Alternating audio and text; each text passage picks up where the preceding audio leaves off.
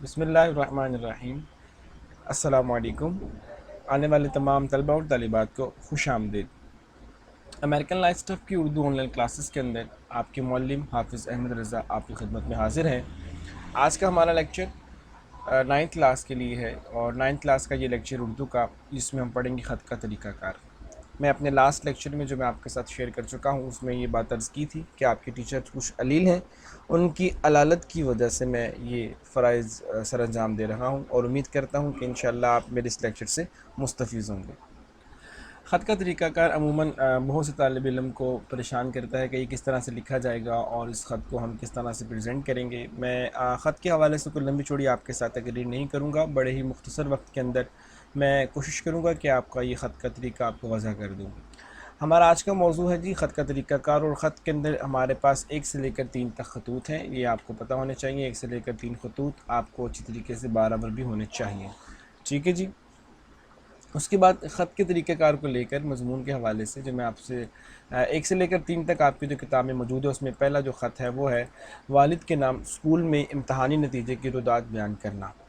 رودات کا معنی روداد ہے لفظ، جس کے معنی ہوتے ہیں اپنی کہانی بیان کرنا۔ اس کے لغوی معنی ہے کارروائی کرنا، اپنی آنکھوں دیکھا حال بیان کرنا، یا ایسی چیز جو آپ پر بیتی ہو۔ مثال کے طور پر آپ نے امتحان دیے اور امتحان میں آپ کو جو ہے وہ کوسچنز آئے، آپ نے پیپر سولو کیا، اس دوران آپ گھر سے نکلے، اسکول تک آئے، اسکول سے پھر آپ امتحان مرکز تک پہنچے، جہاں پر آپ نے سیاہی وغیرہ اپنے پین میں فل کی اور دیگر چیزیں، تمام چیزیں معلومات کی، ساری چیزیں آپ پر گزری، آپ نے اس کا پریکٹیکل کیا۔ اس پریکٹیکل کو اپنی زبانی لکھنا یا بیان کرنا رودات کہلاتا ہے۔ نمبر 2، والدہ کے نام موسم گرما کی تعطیلات کا ذکر کرنا۔ تعطیلات چھٹیوں کو کہتے ہیں۔ موسم گرما کی تعطیلات کے حوالے سے اپنی والدہ کو آگاہ کرنا اور ان کو اپنے شیڈول سے مطلب رہنمائی دینا کہ جی میں کس طرح سے اپنے اس گرمیوں کو جو ہے وہ آپ کے ساتھ یا یہاں پر ہاسٹل میں گزاروں گا۔ اس کے بعد نمبر 3 پر بڑے بھائی کے نام خط لکھنے کا تقاضا کرنا، کہ بڑے بھائی کو جو انہوں نے سوال بات کیے ہیں ان کے حوالے سے ان کو گفت و شنید کرنا۔ انشاءاللہ یہ تینوں موضوع آپ کی کتاب کی جو قواعد و انشاء ہے اس میں موجود ہیں، اور آپ اس کو اچھی طریقے سے کرنے میں بھی مکمل طور پر جو ہیں وہ قاصد رہیں گے۔ میں آپ کے سامنے آپ کے معلم کے طور پر خط کے طریقہ کار میں آپ کے معلم حافظ محمد احمد رضا انشاءاللہ آپ کو پراپرلی گائیڈ کریں گے اور بتائیں گے کہ ہم کس طرح سے اس تمام چیزوں کو اپنے لیے ایزی بنا سکتے ہیں۔ تو خط کے طریقہ کار میں سب سے پہلے آپ کے پاس جو چیزیں ہیں میں انشاءاللہ آپ کے ساتھ شیئر کرتا ہوں، تاکہ آپ کو ان باتوں کا جو میں باتیں آپ سے کر رہا ہوں وہ آپ کو انشاءاللہ کلیئر بھی ہو جائیں گی اور آپ کو اس میں رہنمائی بھی حاصل ہوگی۔ امتحانی مرکز کے طور پر، امتحانی مرکز جو آپ کا، ہم پہلی لائن کے اندر کچھ لوگوں کو اعتراض ہوتا ہے کہ از کمرہ امتحان لکھنا ہے، کچھ لوگ یہ کہتے ہیں کہ یہ کمرہ امتحان لکھنا ہے، مگر میں ان تمام باتوں سے قطع نظر آپ کو آسان لفظوں میں بتا دوں کہ آپ نے جو پہلی لائن ہے، پہلی لائن کے اندر لکھنا ہے امتحانی مرکز۔ اس میں ایسی کوئی بھی چیز نہیں ہے، جو میں آپ کو جو انشاءاللہ عرض کروں گا وہی ہوگا، اس کے علاوہ آپ نے کوئی تیسری چوتھی بات خود سے ایڈ نہیں کرنی۔ میرا لیکچر صرف یاد رکھنا ہے، جو میں بول رہا ہوں، جو میں کہہ رہا ہوں، صرف اس کو ہی یاد رکھنا ہے، اس کے علاوہ آپ نے کوئی بھی چیز ایسی نہیں ہے جس کو یاد رکھنا ہے۔ اس کے علاوہ جتنے بھی آپ کے ذہن میں سوال آتے ہیں وہ سوال صرف آپ کے ہیں، اگر ان کے جواب آپ کو نہیں ملے تو اس کا مطلب وہ آپ کے سلیبس کا حصہ نہیں ہے یا آپ کے پیٹرن کا حصہ نہیں ہے۔ جن سوالوں کے جواب میں نے آپ کو دے دیے ہوئے ہیں، یا جو باتیں میں نے یہاں سے آپ سے کروں گا انشاءاللہ آج، وہی سمجھ لیں کہ آپ کا حتمی ہے، اس کے علاوہ کوئی اس پر نیگوشیٹ نہیں ہوگا۔ امتحانی مرکز آپ کی پہلی لائن ہے، اس کے بعد آپ یہاں پر لکھا ہوا ہے 11 جون 2020۔ آپ اس میں تبدیلی بھی کر سکتے ہیں، 11 جون کی جگہ جو آپ جس دن پیپر دے رہے ہوں اور پیپر کے وقت جو بھی آپ کے پاس آپشن ہو آپ اس کا استعمال کر سکتے ہیں۔ 11 جون کے علاوہ بھی اگر کوئی تاریخ ہے تو جو جس دن پیپر دینے چکے آپ کے موسٹلی جو پیپر ہیں 9 کلاس کے وہ مارچ کے اندر ہوتے ہیں، ایکسپیکٹڈ ڈیٹ جو ہوتی ہے وہ مارچ کی ہوتی ہے، تو مارچ میں جب آپ پیپر دے رہے ہوں گے تو امید ہے کہ اس وقت آپ تو مارچ لکھنا آ چکا ہوگا، اور 11 جون 2020 کی جگہ مارچ پہ لکھ سکتے ہیں آپ۔ اس کے علاوہ بھی کوئی ڈیٹ استعمال کر سکتے ہیں، اس میں کوئی بڑا مسئلہ نہیں ہے۔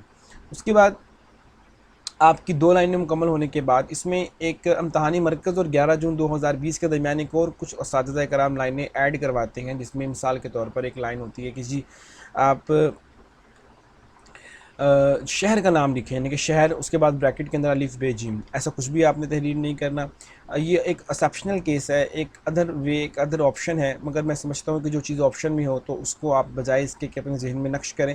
جو طریقہ کار میں آپ کو عرض کر رہا ہوں بس آپ اسی کو فالو کیجئے، یہ آپ کے لیے زیادہ آسان ہوگا، کیونکہ آپ جس بورڈ سے امتحان دے رہے ہوتے ہیں ایگزامینر کو پتہ ہوتا ہے کہ آپ لاہور بورڈ سے ہیں، تو آپ کا شہر بھی اس کو واضح ہوتا ہے۔ اس کے باوجود شہر کا لفظ لکھ کر الف ب جیم لکھنا میں سمجھتا ہوں یہ ایک بے تکا سا ایک کانسیپٹ ہے، اس کو ہم تو کمپلیٹلی نگلیکٹ کرنا ہے.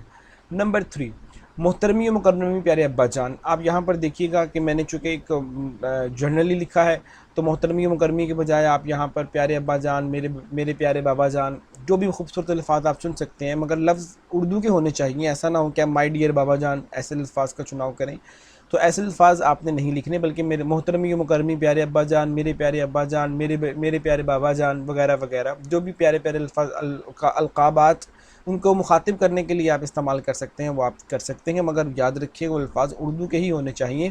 ان کے لیے آپ کی انگلش کی پریکٹس جو ہے اس کو تھوڑا سا آپ نے یہاں پر نگلیکٹ کرنا ہے.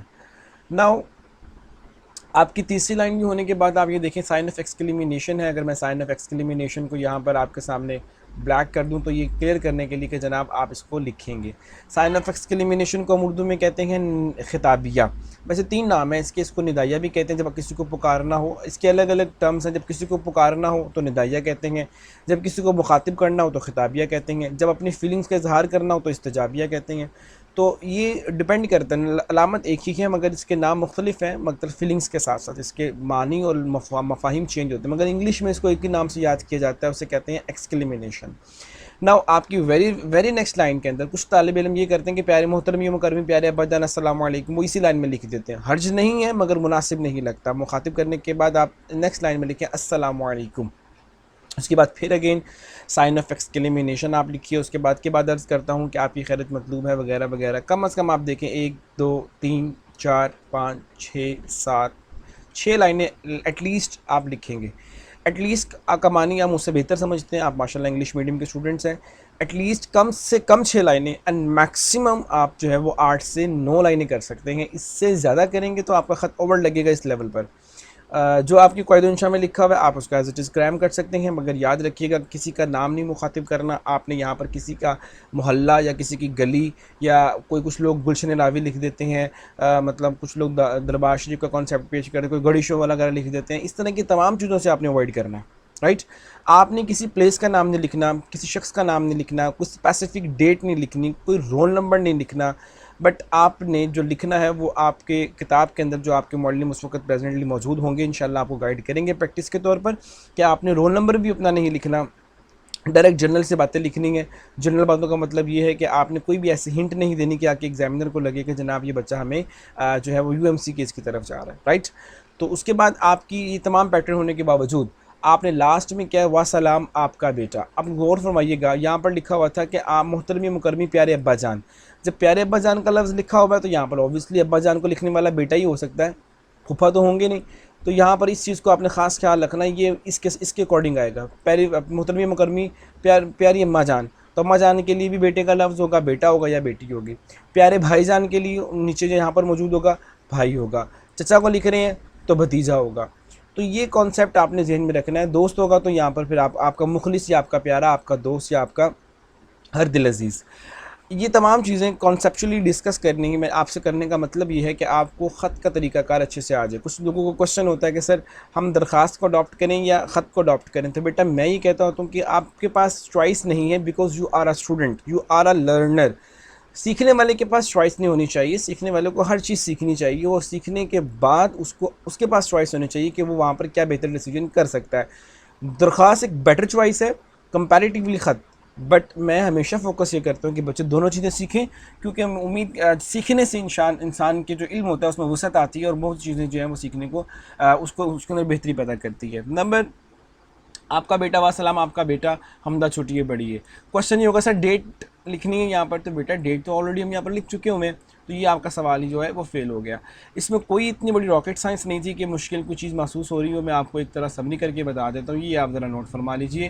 یہ یہاں پر لکھا ہوا ہے پہلی لائن کے اندر بھی، دوسری لائن، تیسری لائن، پھر اس کے بعد چوتھی لائن سے آپ نے پورا پیراگراف مینٹین کیا، پھر آخر میں وسلام آپ کا بیٹا. جو چیزیں بیٹا آپ لوگوں کی جو تھیں رائٹ سائڈ پر ہے، میں ان کو ذرا کلر وائز جو ہے سیم کر دیتا ہوں تاکہ آپ کو دقت نہ ہو. جو چیزیں رائٹ سائڈ پر تھیں وہ بلو میں ہیں، جو آپ کی لیفٹ سائڈ پر ہیں وہ گرین میں ہیں، جو سینٹر میں آنی ہیں وہ تمام چیزیں آپ کی کس میں اورنج کلر میں ہیں. And that actually hint to explain that yourself کہ you must be encourage yourself, اپنے آپ کو ریڈی رکھیے اس چیز کے لیے. خط امپورٹنٹ ہے مطلب اس حوالے سے کیونکہ اس میں تھوڑا تحریر لکھنا پڑتی ہے. آپ کی قواعد و انشاء کے اندر جو پیج ہے اس پیج کے اکارڈنگ آپ نے یہ 3 جو ہے خطوط اپنے ریڈی رکھنے ہیں.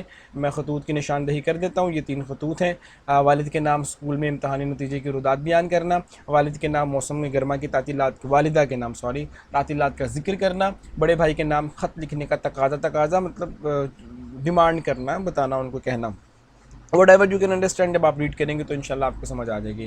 یہاں تک آپ کا یہ خط کا پیٹرن کمپلیٹ ہو چکا ہوا ہے. میں امید کرتا ہوں کہ آج کی دونوں باتیں آپ کی سماعت پر جو ہے وہ مکمل جامع طور پر گزری ہوں گی.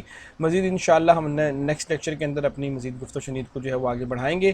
اب تک کے لیے اتنا ہی. اپنے معلم کو اجازت دیجیے. انشاءاللہ ملتے ہیں نئے سبق کے ساتھ. اللہ حافظ.